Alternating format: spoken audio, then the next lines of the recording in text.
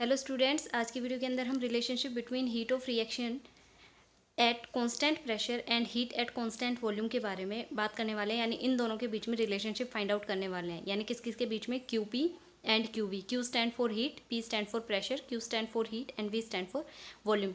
यानी heat at constant pressure and heat at constant volume, इसे represent करते हैं del H and del U से। तो आप कह सकते हो कि रिलेशनशिप किस किस के बीच में फाइंड आउट करने वाले हैं हम, QP और QV या फिर del H and del U के बीच में। तो let's start.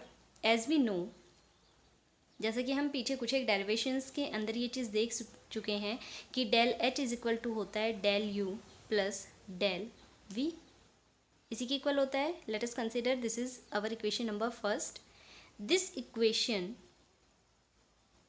Can be written as, हम इस इक्वेशन को ऐसे भी लिख सकते हैं ना, del H is equal to del U plus P।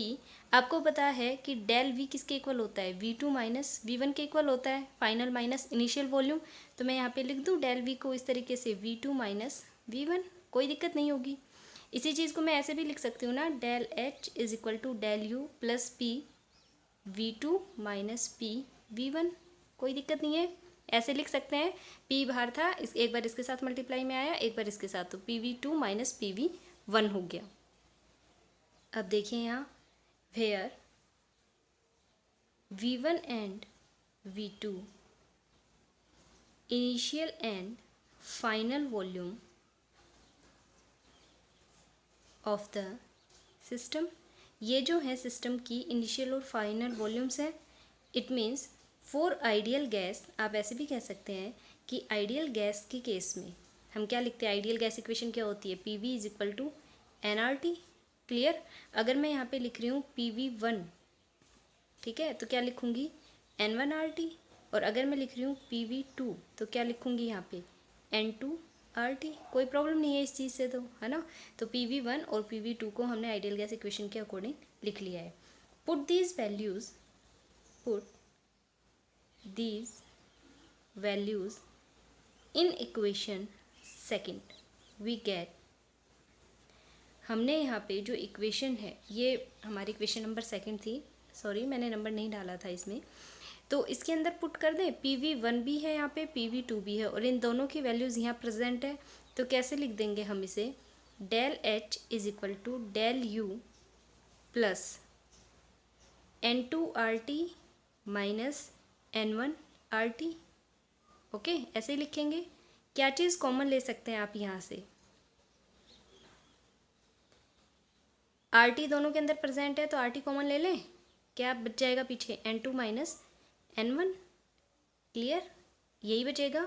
जिस तरीके से हम जब भी फाइनल और इनिशियल चीज़ें इस तरीके से जो क्वांटिटीज़ होती हैं वो प्रेजेंट रहती हैं टर्म्स, तो हम उसे डेल के इक्वल लिखते हैं।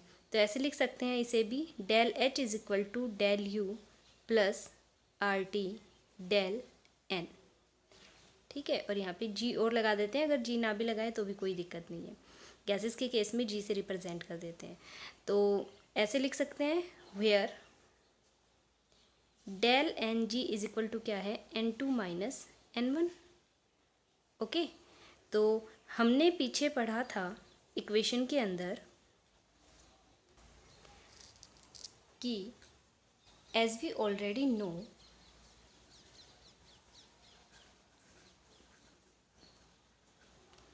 QP इज इक्वल टू किसके था, डेल H, और QV किसके इक्वल था, डेल U। आप ये पीछे पढ़ चुके हैं एंथैल्पी के अंदर, चाहे तो अपने देख सकते हैं पीछे। Putting these values in equation third, जो अभी अभी हमने इक्वेशन फाइंड आउट की थी ना, कौन सी इक्वेशन थी, del H is equal to del U plus del NGRT। Okay, इस इक्वेशन को हम इक्वेशन नंबर थर्ड बोल रहे हैं।